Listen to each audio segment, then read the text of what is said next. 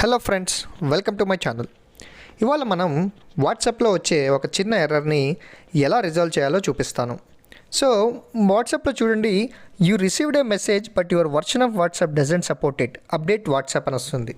So చాలామంది WhatsApp versions update అవ్వకపోవడం వల్ల ఈ ఇష్యూస్ వస్తాయి. సో దీన్ని ఎలా రిజాల్వ్ చేసుకోవాలి అంటే, ముందుగా మనం ప్లేస్టోర్కి వెళ్ళి వాట్సాప్ మెసెంజర్ అని టైప్ చేయాలి. అక్కడ మనకు చూడండి అప్డేట్ అని ఒక ఆప్షన్ కనిపిస్తూ ఉంది కదా. సో ఈ అప్డేట్ చేసుకోవాలన్నమాట. ఈ అప్డేట్ చేసుకుంటే మనకు లేటెస్ట్ వర్షన్లో ఉన్న ఫీచర్స్ అన్నీ కూడా వస్తాయి.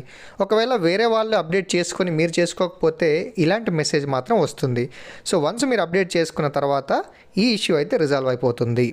ఒకవేళ మీరు ఆటోమేటిక్గా అప్డేట్ చేసుకోవాలి అనుకుంటే ప్లేస్టోర్లో పైన ప్రొఫైల్ క్లిక్ చేయండి అండ్ కింద సెట్టింగ్స్ ఆప్షన్ ఉంది కదా, దాన్ని క్లిక్ చేయండి. అండ్ సెకండ్లో నెట్వర్క్ అండ్ ప్రిఫరెన్సెస్ అని ఉంది కదా, దీంట్లో ఆటో అప్డేట్ యాప్స్ అని ఉంది కదా, దీన్ని క్లిక్ చేయాలి.